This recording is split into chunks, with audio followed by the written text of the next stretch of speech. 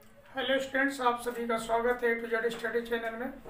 आप class 5th की विशेष तैयारी के लिए मीन्स कह सकते हैं कि एंट्रेंस एग्ज़ाम की तैयारी के लिए ये वीडियो देख रहे हैं। और उसमें आप एलजेब्रिक एक्सप्रेशंस यानी हमें किसी भी अज्ञात राशि के साथ में कोई दूसरी राशि को हम लिख करके हम लिखते हैं, तो वहाँ पर एलजेब्रिक जब हम अननोन नंबर्स यानी जिनकी वैल्यू फिक्स नहीं होती उन नंबर्स के साथ में जब हम कोई उनका गणितीय रूप प्रदर्शित करते हैं उनको हम एलजेब्रिक एक्सप्रेशन कहते हैं।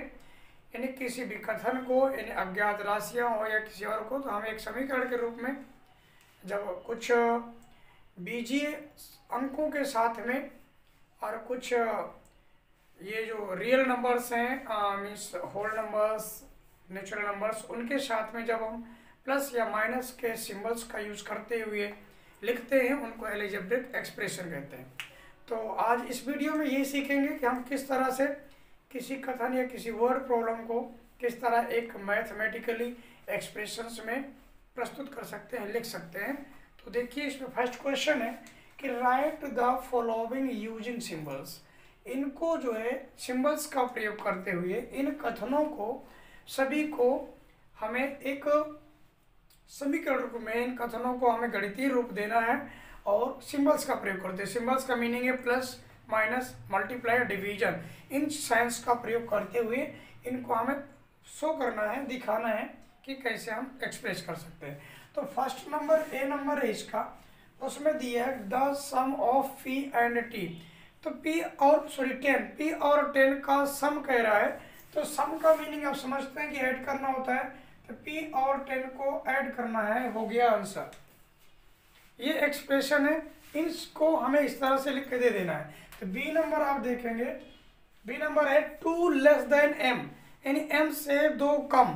तो दो कम मतलब इसको हम लिखेंगे m-2, हो गया आंसर इसका। कि कह रहा है 2 लेस देन m, m से 2 कम, अर्थात m-2 कर देंगे। यदि 2 मोर देन m कहता है तो m+2 कर देते। इसका सी नंबर है 1/2 ऑफ x, x का 1/2 यानी x का 1/2।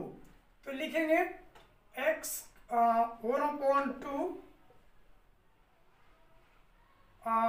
1.5, ये उसका मीनिंग 1.5 ऑफ x। तो इसको लिखेंगे, पूरा हो जाएगा 3/2 into x, that is 3x/2।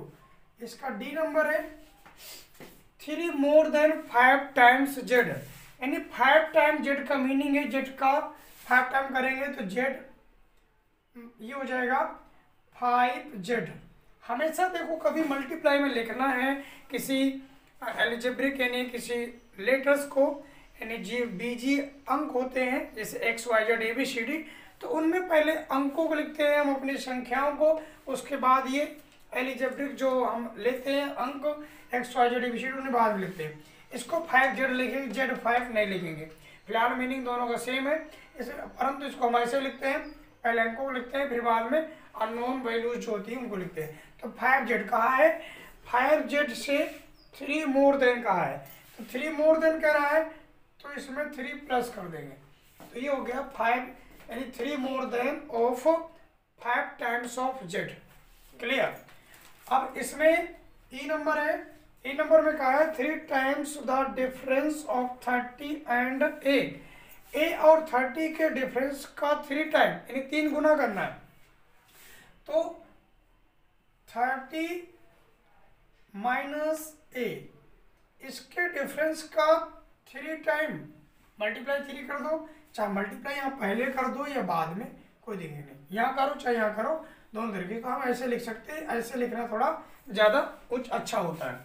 इसके बाद एफ नंबर में उसने कहा है 7 सब्ट्रैक्ट फ्रॉम -m, -m से 7 सब्ट्रैक्ट करना है। तो -m से 7 को सब्ट्रैक्ट करना है, ऐसे आप लिख सकते हैं। इसके बाद जी नंबर 0 डिवाइडेड बाई 8, 0 को 8 से डिवाइड किया जा रहा है, 0 डिवाइडेड बाई 8 हो गया आंसर। जी एच नंबर में 7 added to product of y and 10, y और 10 का प्रोडक्ट निकालना है।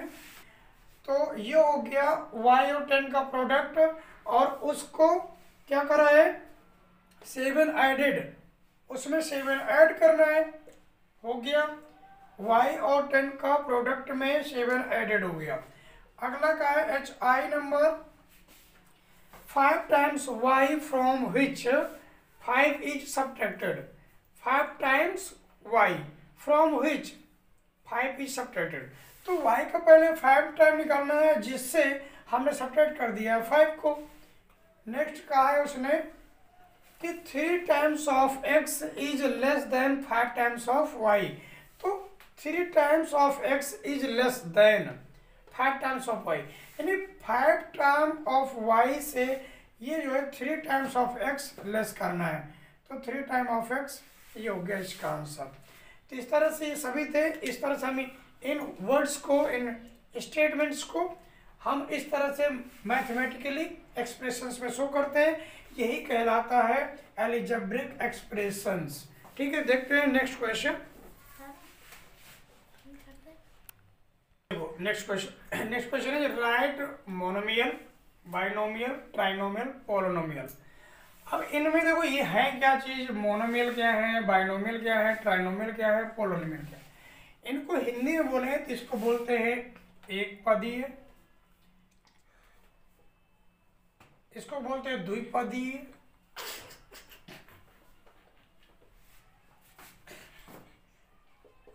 इसको बोलते हैं इसको बोलते हैं बहुपदीय। तो इसमें देखो करना क्या है हमें,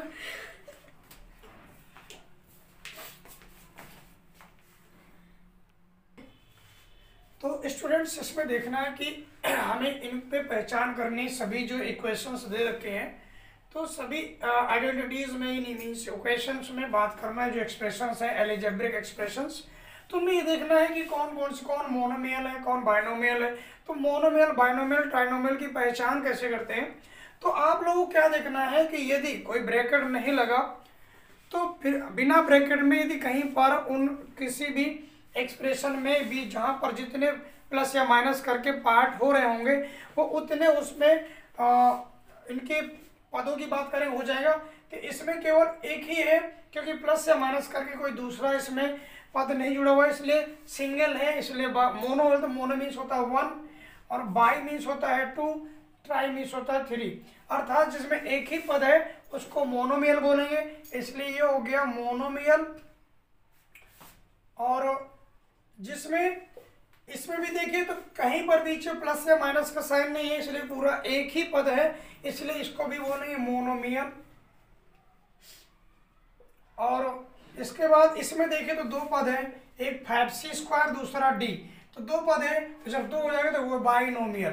तो बाइनोमियल हो जाएगा, दो पद वाले को बाइनोमियल द्विपदी बोलेंगे। तीसरा है तुम्हारा 6a³ एक पद, 2a² दूसरा पद, और 3ab² तीसरा पद। तीन पद है, जब तीन पद है इसको ट्राइनोमियल्स बोलेंगे, ट्राइनोमियल्स, ट्राइनोमियल होगा। अब इसमें देखिए 1 2 3 4, 3 से ज्यादा हो गए उसको हम पोलोमियल बोलेंगे, पोलोनोमियल्स। ठीक है, तो इस तरह से हम इनकी पहचान करते हैं। अब इसमें 4 की जगह 5 हो जाए, 6 होता, 7 हो, जितने हो जाता तो हम सबको पोलोनिमियल्स बोलते हैं। लेकिन 3 तक ध्यान देना है, यदि 3 टर्म्स है, 3 टर्म्स वालों को ट्राइनोमियल, 2 टर्म्स में है तो हम बाइनोमियल, सिंगल टर्म्स है तो मोनोमियल बोलेंगे। लेकिन टर्म का पार्टीशन कहाँ से होता है, जहाँ पर प्लस या माइनस का चिन्ह लगा होता है वहाँ से अगला टर्म स्टार्ट हो जाता है। इस तरीके से हम देख सकते थे। तो यहाँ पर से इनको क्लियर कर लिया कि मोनोमियल क्या होता है, बाइनोमियल क्या होता है, ट्राइनोमियल क्या होता है, पोलोनोमियल क्या होता है। तो देखते हैं नेक्स्ट क्वेश्चन। तो स्टूडेंट्स नेक्स्ट क्वेश्चन है आइडेंटिफाई द लाइक टर्म्स। अब लाइक टर्म्स हम कैसे पहचानेंगे, वो सबसे बड़ी चीज़ है। तो देखो यहाँ पर क्या करना है, मान लो तुम्हारे पास 3 चीज़ें x और y और z। अब यहाँ पर हमें देखें कि ये आपस में लाइक है या लाइक है, तो जब ये अलग अलग होंगे x y या z 3 अलग अलग ग्रुप हैं, ये बिल्कुल एक दूसरे के लायक नहीं है। लायक में क्या, मान लो यहाँ पर भी हमने x लिखा, y लिखा, z लिखा, तो इस कंडीशन में इस x का लायक ये है, y का लायक y है, z का लायक z है। और इसके साथ में यदि ऐसा कहीं कर दे, यहाँ पर x में जो पावर नहीं लगी होती तो वहाँ पर पावर 1 होता है, तो इसलिए अब मान लो यहाँ पर पावर लगा दिया, यहाँ पर पावर 2 है, यहाँ पर पावर 3 है, यहाँ पर कोई पावर नहीं, यहाँ पर मान लो पावर कर देते हैं 4 है। अब इस कंडीशन में देखें तो ये x क्या आपस में लायक है, नहीं है। लायक होने के लिए क्या चाहिए, जरूरी है कि सभी जो अननोन नंबर्स है उन अननोन नंबर्स में सभी x है तो x ही होना चाहिए उस टर्म में, और उसके साथ में उनकी पावर भी सेम होना जरूरी है। यदि x मान लो x दे रखा, y भी दे रखा, परंतु उनकी पावर अलग अलग है, किसी में 2 है, किसी में 3 है, तो लायक नहीं हो। जैसे क्वेश्चन में आप देखें 4xy और 5yz, तो यहाँ पर देखें अब इन नंबर से हमें कोई लेना देना नहीं, नंबर में 4, 5, 6 कुछ भी हो, वहाँ से उनके लायक अनलायक होने का कोई नहीं, कोई पॉइंट नहीं होता। बट यहाँ से यहाँ पर x है, यहाँ पर x नहीं है दूसरे वाले में, इसलिए ये इसका लायक टर्म नहीं होगा। लायक होने के लिए यदि एक्स वाई यहाँ था तो यहाँ पर वाई जेड की जगह पर केवल एक्स वाई ही होना चाहिए था, तो लायक टर्म होता। ठीक है, इसके बाद दूसरा देखें तो वाई जेड इसमें दे रखा है, इसमें भी वाई जेड दे रखा है, तो ये अब इसके बदले -5 है, इसमें 7 है, इससे कोई लेना देना नहीं है। ये वाई जेड है, वाई की पावर 1 वाई की पावर 1 और जेड की पावर 1, तो इस तरह से ये पावर भी सेम है जो, और ये चार वैल्यूज वेरिएबल्स जो दे रखे हैं वो सेम है, इसलिए दोनों 7yz और -5yz दोनों लाइक है। ठीक है, ये लाइक टर्म है। इस तरह अगला देखें 8p² ये 11/7py²। यहाँ पर देखो समस्या ये है, p की पावर 2 है, यहाँ की p की पावर 1 है, पावर सेम नहीं है, परंतु हम वेरिएबल्स देखें तो p इसमें भी, y इसमें भी और y इसमें भी, ये दोनों चीजें हैं, परंतु इनकी पावर नहीं है सेम। यहाँ पर p की पावर 2 है, यहाँ पर p की पावर कुछ नहीं अर्थात 1 है, यहाँ पर y की पावर 1 है, यहाँ पर 2 है, तो पावर सेम नहीं है, इसलिए ये लाइक नहीं हो पाएंगे। यदि पावर सेम होती तो ये दोनों लाइक हो जाते, क्योंकि वेरिएबल्स दोनों में सेम दे रखे हैं। अगला देखें तो यहाँ पर xy² देखो x इसमें भी पावर सेम है दोनों में, y इसमें भी y की पावर दोनों में सेम है, z इसमें z की पावर दोनों में सेम है, इसलिए ये भी लाइक हो जाएगा, और जो लाइक नहीं वो अनलाइक हो जाएंगे। इस तरह से लाइक और अनलाइक उसकी पहचान करते हैं। तो क्वेश्चन नेक्स्ट, इसमें arrange the given polynomial in order of increasing degree. Increasing means क्या होता है, बढ़ते हुए। इनकी जो डिग्रीज हैं, डिग्रीज के बढ़ते क्रम में लिखना है।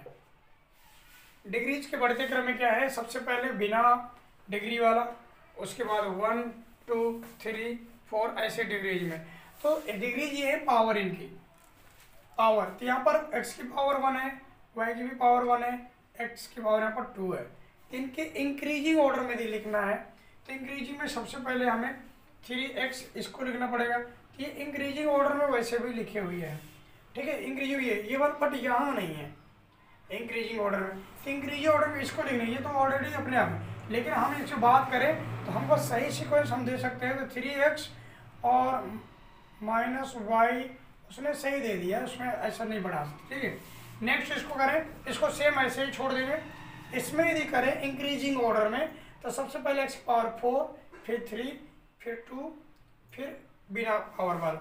यदि इसको लिखना चाहें तो ऐसे लिख सकते हैं -2x पावर 4, फिर इसका 3 वाला प्लस 5x पावर 3, और इसके बाद फिर प्लस 9x² और लास्ट में +8। ये तो क्या डिक्रीजिंग ऑर्डर में, ये हो गया डिक्रीजिंग ऑर्डर में। यदि हमें इंक्रीजिंग में करना है तो इसका उल्टा एकदम लिखेंगे, ठीक है ना। सबसे पहले तुम्हारा 8 रहेगा, उसके बाद ये आ जाएगा 9x² यानी प्लस 5x³ और ये -2x पावर 4, ये इंक्रीजिंग ऑर्डर में, ठीक है, ये डिक्रीजिंग ऑर्डर में हो गया। क्लियर। अब नेक्स्ट है तुम्हारा 8p² - 2p + 4, इसको इंक्रीजिंग ऑर्डर में लिखना है। तो पहले क्या लिखेंगे हम, 4 - 2p + 8p²। ठीक है, इनको इधर उधर लाने में इनके साइन को विशेष ध्यान देना है। उनका किसी भी का साइन उसके जस्ट पहले होता है, वो साइन उसके साथ में चलेगा। इसको लिखेंगे इस तरह इंक्रीजिंग ऑर्डर में। तो फर्स्ट ऑफ ऑल ये 4 cube power 4 minus 5 cube power 3 plus 3 cube, ये हो गया इसका इंक्रीजिंग ऑर्डर। तो डिग्रीज के अकॉर्डिंग इंक्रीजिंग ऑर्डर में इस तरह से लिखते हैं। डिग्रीज ये है जो इनकी पावर लग रखी होती है, ठीक है, क्लियर। ये यहाँ डिक्रीजिंग ऑर्डर में इसका इंक्रीजिंग ऑर्डर जब करेंगे तो लास्ट में इधर से आ जाएगा, यानी 3 क्यूब माइनस 5 क्यूब और ये प्लस का 4 क्यूब पावर 4, ये जो है डिक्रीजिंग में था, ये इंक्रीजिंग में। इसी तरह डिक्रीजिंग और ये इंक्रीजिंग ऑर्डर, तो इनको किसी क्रम में लेकिन ध्यान देना पावर्स को, भाई उसके अकॉर्डिंग हम इंक्रीजिंग डिक्रीजिंग ऑर्डर में लिख सकते हैं। देखो next, right the coefficient of x square. X square के कोफिशिएंट लिखना। कोफिशिएंट को हिंदी में बोलते हैं गुणांक। जो एक्स स्क्वायर के गुणे में लिखा हुआ अंक है दैट इज गुणांक, नहीं कोफिशिएंट। तो पहले इक्वेशन में देखें फर्स्ट वाले में, तो एक्स स्क्वायर के गुणा में कुछ नहीं लिखा, तो जब कुछ नहीं होता हम 1 मानते हैं, तो इसका कोफिशिएंट 1 कह सकते हैं। और इसमें देखिए तो एक्स स्क्वायर का कोफिशिएंट यहाँ से निकले, यहाँ नहीं है,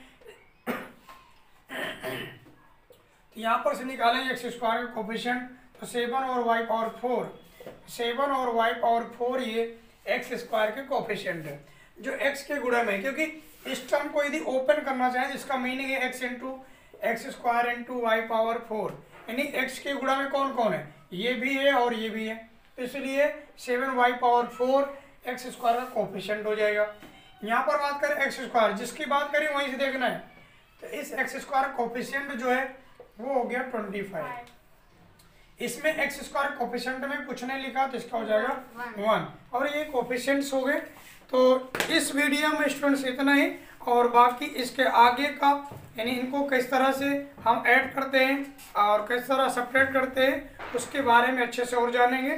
तो इस वीडियो में स्टूडेंट्स इतना ही, मिलते हैं अगले वीडियो में, तब तक के लिए नमस्कार।